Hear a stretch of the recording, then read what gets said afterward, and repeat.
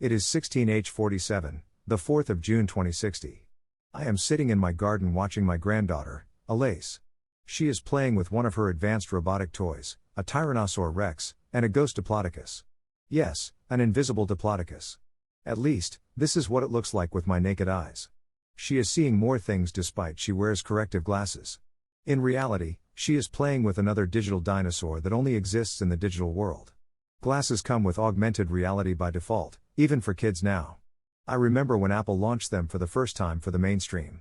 I was just before the fifth digital revolution came, the age of the phygital internet.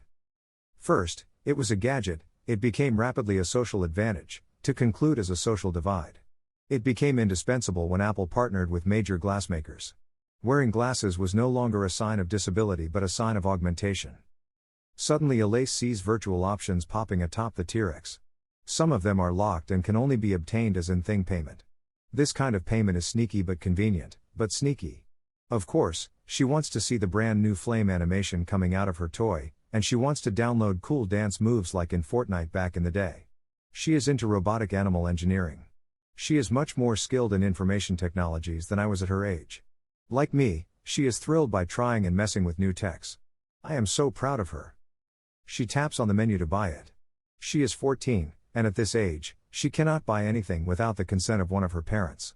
One of the good features was family group management and sharing of financial assets and digital rights. Because I am an elder of her family, I receive her authorization to buy. My smartphone displays a notification. I smile because now they are holographic. And even when I am still amazed to see holograms popping out of the screen, smartphones are nowadays considered a relic from the past. Never mind, I am old anyway, I too am a relic. I should have died a long time ago. But they print organic lungs now, turning pneumonia into vintage flu. I put my finger on the notification and I approve with my face and my voice. It reminded me of something. I say to Alace, there you go. You're lucky, 15 years ago you couldn't buy this option yourself. And she replied, what do you mean, Papi Yannick? You see, when I was younger, my mother had to go to the bank to open my account. I had to fill out some paper, present a printed copy of my national ID card, and sign the paper with a pen. Later on, we could do it with our smartphones. Digital onboarding was the coolest thing. We struggled to make it happen due to the strict regulations of the financial industry. Cyber fraud was high, and trust in the system was low. Eventually, the governments decided that laws had to be strictly enforced by code. You know, IT programming. Actually, this was the birth of the now famous expression "in code we trust." Now everything is different. I mean normal for you but different for me. Ever since financial matters entered the Universal Declaration of Human Rights, it did change a lot for the good. Now each human has a bank account the moment they land on planet Earth. It is a birthright. Of course, they have to pay if they want more options, like your T-Rex. If I recall correctly, mankind agreed on changing the law after the COVID-19 pandemic. Now look at that. You can ask permission to pay with your glasses. Then I can approve it with my relic. You get the right to spend the money from your bank account. Finally, you get a T-Rex spitting flames and dancing like Justin Bieber. Justin Bieber? Papi, you are so old. Yeah. I know. But I know things that you don't. Okay, tell me. Tell me please. Did you know that, in fact, you are not paying directly? It is your T-Rex that sends a payment to Amazon? Seriously? How come? Okay. When I was still working at the bank, we figured out that autonomous cars were always connected to the internet because they needed specific cloud resources. As you know, the management of a fleet of cars is completely reliant upon the vehicle's intelligence and collective intelligence. To operate correctly, each car needs to dynamically allocate computing power. I mean significant computing power. Now everything is quantum computing and photonic memory. It was ridiculous compared to now. The allocation is performed by buying volumes of TPU in the financial stock exchanges. Funny story though, this is how Nvidia came to dominate by far the Nasdaq. Besides, these cars were expensive to make. Thus, they needed to come with insurance from a third-party company. So what we decided at the bank is to create a bank account for things. Nowadays, we generalize this concept to almost all objects. Fridges, washing machines, carrybots, you named it. So, in your case, the T-Rex you received on your birthday has a bank account, a 10 years insurance bound to it, a return policy that mommy and daddy can use if they want, and a list of features unlocked. There is also a piece of information that says this T-Rex belongs to Alace Huchard.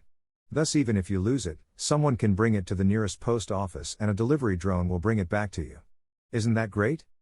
How does the bank knows that it is mine? Actually, the bank does not know.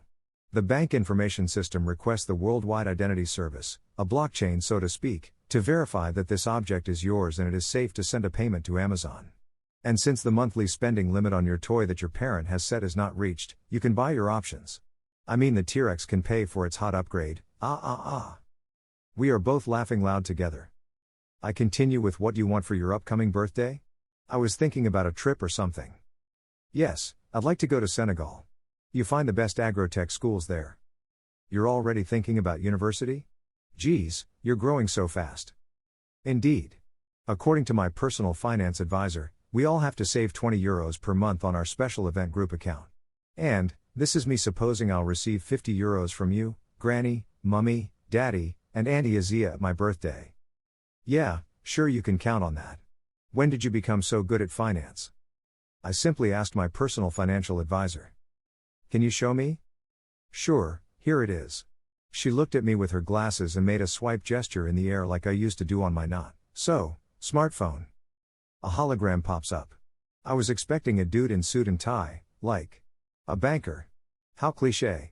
Instead, it was an oldish robot covered with rust. And says, "How may I help you, Yannick? Show me your list of features, please." Sure, here it is. A mind map of all features floats in the air.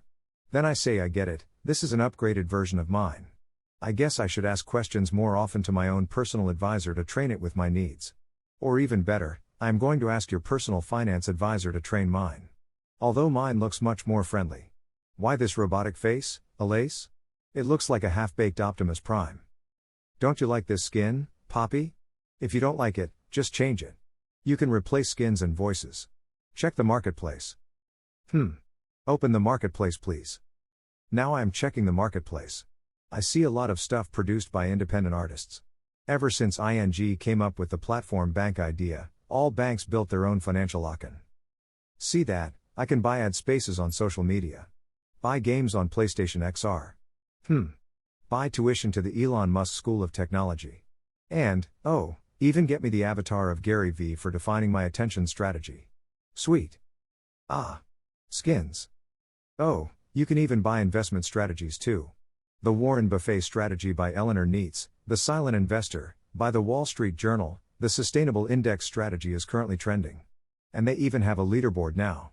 Wow, did you know that the top performer of the month won €34,023? Little one, your friends, and you should buy this strategy to fund your trip. And she replies, you prefer social network investments to cool skins, Pappy? You're so old. Read other episodes of In 2060.